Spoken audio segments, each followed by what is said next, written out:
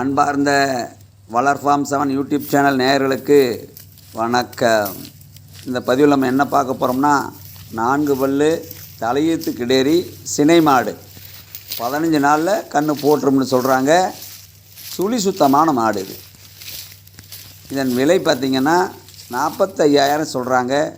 விலையில் அனுசரித்து தரதாகவும் சொல்கிறாங்க. இந்த மாடு இருக்கிற இடம் பார்த்திங்கன்னா நாமக்கல் மாவட்டம் வளையப்பட்டிக்கு அருகில் இருக்குது. தேவைப்படுறவங்க ஸ்க்ரீனில் உள்ள நம்பரை தொடர்பு கொண்டு பேசுங்க.